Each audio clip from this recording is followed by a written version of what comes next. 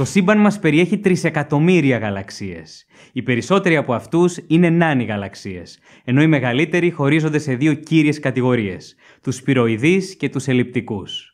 Υπάρχουν όμως και κάποιοι γαλαξίες που ξεφεύγουν πολύ από τα συνηθισμένα. Σήμερα λοιπόν θα ταξιδέψουμε σε μερικούς από τους πιο παράξενους γαλαξίες που έχουμε ανακαλύψει.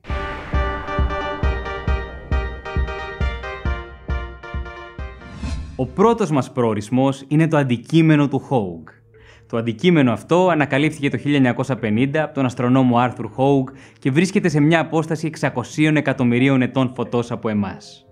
Αρχικά οι μελετητές θεώρησαν ότι έβλεπαν ένα γαλαξία παραμορφωμένο από κάποιον βαρυτικό φακό, δηλαδή από κάποιο σώμα πολύ μεγάλης μάζας που βρισκόταν ανάμεσα σε εμάς και τον γαλαξία.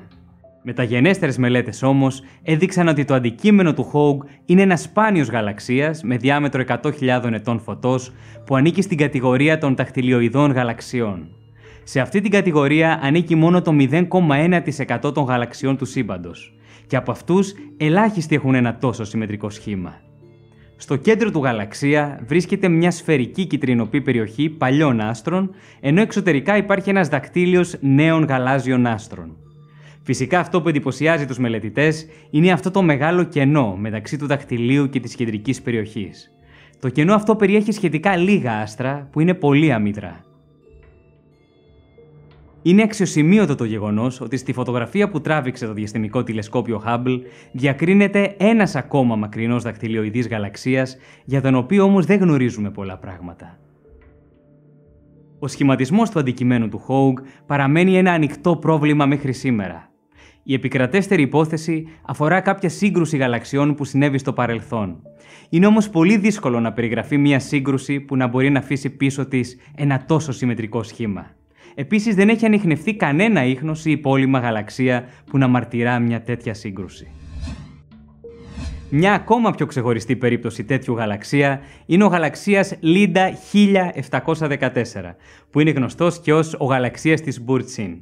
Ο γαλαξίας αυτός ανακαλύφθηκε από την τουρκικής καταγωγής αστρονόμο Μπουρτσίν Μουτλού Παγντήλ και την ομάδα της και είναι σίγουρα ο πιο εντυπωσιακός δακτυλιοειδής γαλαξίας που έχει ανακαλυφθεί ποτέ. Όπως και το αντικείμενο του Hogue, έχει μια κεντρική σφαιρική περιοχή που περιέχει άστρα μεγάλης ηλικίας και έναν εξωτερικό δακτύλιο όπου γεννιούνται νέα άστρα. Όταν οι ερευνητές αφαίρεσαν τη λαμπρή σφαιρική περιοχή από την εικόνα του γαλαξία, φανερώθηκε ένας ακόμα αχνός εσωτερικός δακτύλιος άγνωστης ηλικίας. Η ύπαρξη τριών δομών διαφορετικής ηλικίας μέσα στον ίδιο γαλαξία κάνει την εξήγηση του σχηματισμού του εξαιρετικά δύσκολη και μέχρι στιγμής δεν υπάρχει κανένα κοινώς αποδεκτό μοντέλο για την προέλευσή του. Όπως έχουμε πει σε προηγούμενο επεισόδιο, το μεγαλύτερο μέρος των γαλαξιών αποτελείται από σκοτεινή ύλη και ο γαλαξίας Dragonfly 44 είναι μια ακραία εκδοχή αυτού του γεγονότος. Προσεκτικές παρατηρήσεις των αστρικών κινήσεων στο γαλαξία έδειξαν ότι έχει μια μάζα παρόμοια με του δικού μας γαλαξία, αλλά ελάχιστα άστρα. Επομένως, το 99,99% της μάζας του αποτελείται από σκοτεινή ύλη. Μια επίσης ακραία περίπτωση γαλαξία, σε ό,τι αφορά την κατανομή της μάζας στο εσωτερικό του, αποτελεί ο νάνος γαλαξίας M60UCD1.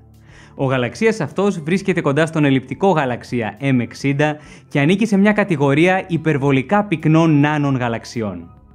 Η συνολική του μάζα είναι ίση με 140 εκατομμύρια ηλιακές μάζες. Αλλά αυτό που τον κάνει ξεχωριστό είναι ότι το 15% της μάζας του βρίσκεται στην υπερμεγέθη μαύρη τρύπα που έχει στο κέντρο του.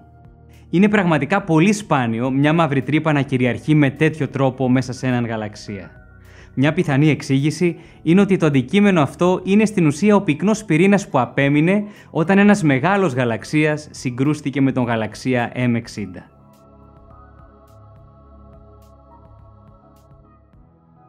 Η σύγκρουση γαλαξιών είναι πράγματι ένα αρκετά συχνό φαινόμενο μέσα στο σύμπαν, αλλά είναι λίγες οι φορές που έχουμε την ευκαιρία να γίνουμε μάρτυρες ενός τέτοιου γεγονότος. Το ζεύγος γαλαξιών ARP-272 είναι μια τέτοια περίπτωση όπου βλέπουμε δύο μεγάλους σπυροειδείς γαλαξίες να συγκρούονται. Οι γαλαξίες βρίσκονται σε απόσταση 450 εκατομμυρίων ετών φωτός από εμάς και όπως βλέπετε στη φωτογραφία, οι εξωτερικές τους σπήρες ήδη βρίσκονται σε επαφή. Στη σύγκρουση συμμετέχει και ένας μικρότερος γαλαξίας που βρίσκεται πάνω από αυτούς.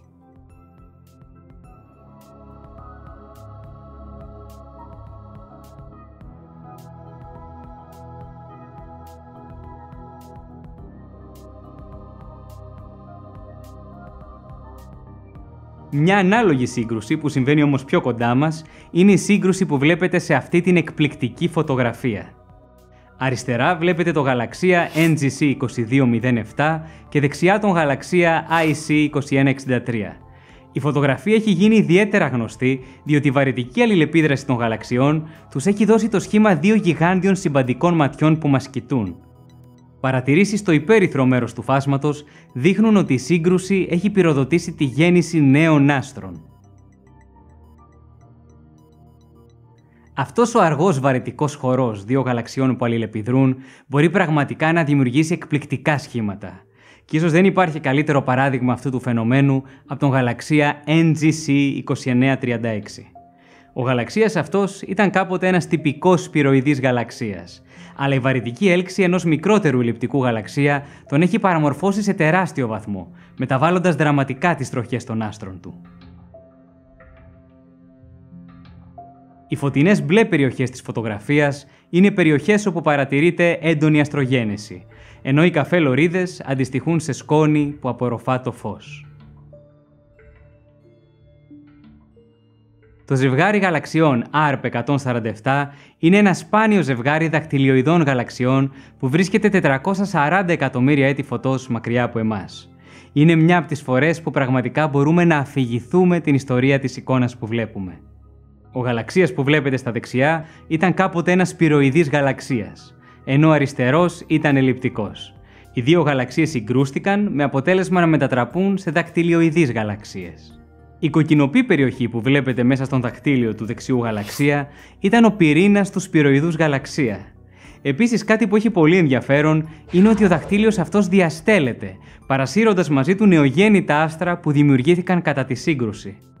Όπως είναι αναμενόμενο, τα μεγαλύτερα άστρα που σχηματίστηκαν έκαναν εκρήξη σουπερνόβα και άφησαν πίσω τους μαύρες τρύπες. Σε αυτή την εικόνα βλέπετε τις πηγές ακτίνων Χ που πιθανότατα αντιστοιχούν σε μαύρες τρύπες. Ο επόμενος γαλαξίας είναι ο πιο φωτεινός γαλαξίας που έχουμε ανακαλύψει, αφού εκπέμπει 10.000 φορές περισσότερη ενέργεια από τον γαλαξία μας. Αυτή η τρομακτική εκπομπή ακτινοβολίας οφείλεται αφενός στο υπέρλαμπρο κβάζαρ που έχει στο κέντρο του, αλλά και σε κάτι άλλο πολύ εντυπωσιακό που ανακάλυψαν τα ραδιοτηλεσκόπια Άλμα στη Χιλή. Και αυτό είναι το γεγονός ότι ο γαλαξίας αυτός απορροφά υλικά από 3 διαφορετικούς γαλαξίες. Δεν γνωρίζουμε αν τελικά θα απορροφήσει ολόκληρους τους γείτονές του, αλλά αυτή η διαρκής εισρωή νέων υλικών του προσφέρει καύσιμα για την παραγωγή τεράστιων ποσοτήτων ενέργειας. Στον αντίποδα όλων αυτών των μεγάλων συγκρούσεων, των ακτινοβολιών και της αστρογένεσης, βρίσκεται ο γαλαξίας MAX 2129-1. Ο γαλαξίας αυτός είναι από πολλές απόψεις ένας νεκρός γαλαξίας, δηλαδή περιέχει άστρα μεγάλης ηλικίας και δεν υπάρχει κανένα σημάδι γέννησης νέων άστρων. Αυτό που προβληματίζει τους μελετητές είναι ότι είναι ένας σπυροειδής γαλαξίας και συνήθως σε αυτούς τους γαλαξίες παρατηρείται γέννηση άστρων. Ο συγκεκριμένος γαλαξίας όμως σταμάτησε να δημιουργεί άστρα λίγα δισεκατομμύρια χρόνια μετά το Big Bang και ο λόγος που συνέβη αυτό είναι εντελώς άγνωστος. Μια πιθανή υπόθεση που έχει διατυπωθεί είναι ότι ίσως ένας υπερβολικά ενεργός γαλαξιακός πυρήνας να θέρμανε τα αέρια του γαλαξία και να τα εξώθησε προς τον διαγαλαξιακό χώρο, εμποδίζοντας έτσι το σχηματισμό νέων άστρων. Ο εντοπισμός ενός ακόμα πιο παράξενου νεκρού γαλαξία ανακοινώθηκε τον Φεβρουάριο του 2020. Οι ερευνητές αξιοποίησαν το αστεροσκοπείο Keck στη Χαβάη για να παρατηρήσουν τον γαλαξία XMM2599, έναν γαλαξία που το φως του ξεκίνησε πριν από 12 δισεκατομμύρια χρόνια για να φτάσει στα μάτια μας. Ο γαλαξίας αυτός ήταν υπερβολικά μεγάλος για την εποχή του, με μια μάζα άνω των 300 δισεκατομμυρίων ηλιακών μαζών. Τα περισσότερα άστρα του δημιουργήθηκαν σε μια έξαρση αστρογένεσης όταν ο γαλαξίας είχε μια ηλικία μικρότερη από 1 δισεκατομμύριο χρόνια. Σύμφωνα με τους υπολογισμούς, εκείνη την εποχή στον γαλαξία σχηματίζονταν 1000 άστρα τον χρόνο. Για να καταλάβετε πόσο μεγάλο είναι αυτό το νούμερο, αρκεί να αναφέρω ότι σύμφωνα με τις νεότερες εκτιμήσεις, στο δικό μας γαλαξία γεννιέται μόνο ένα άστρο κάθε χρόνο. Ξαφνικά όμως, ο αρχαίος αυτός γαλαξίας σταμάτησε να δημιουργεί νέα άστρα. Και αυτό αποτελεί μια μεγάλη πρόκληση για τα μοντέλα σχηματισμού των γαλαξιών. Πώς είναι δυνατόν ένας υπερμεγέθης γαλαξίας να εξάντλησε τα καύσιμά του τόσο νωρίς στην ιστορία του σύμπαντος? Μελλοντικές παρατηρήσεις ίσως να δώσουν απάντηση σε αυτό το ερώτημα. Αλλά έχει πολύ μεγάλο ενδιαφέρον να σκεφτούμε και κάτι ακόμα. Εμείς βλέπουμε αυτόν τον γαλαξία όπως ήταν πριν από 12 δισεκατομμύρια χρόνια. Πώς να είναι άραγε σήμερα? Ποια να ήταν η γαλαξιακή του μοίρα? Σύμφωνα με τους ερευνητές, δεν αποκλείεται, χάρη στη μεγάλη μάζα του, να έγινε τελικά κεντρικό μέλος κάποιου γιγάντιου και υπέρλαμπρου γαλαξιακού σμήνους. Εδώ ολοκληρώθηκε το επεισόδιο για τους πιο παράξενους γαλαξίες που έχουμε ανακαλύψει. Εάν σας φάνηκε ενδιαφέρον, μπορείτε να το μοιραστείτε, αλλά και να ακολουθήσετε το κανάλι Αστρόνιο στα social media. Εμείς φυσικά θα τα ξαναπούμε στο επόμενο διαστημικό μας ταξίδι. Γεια χαρά!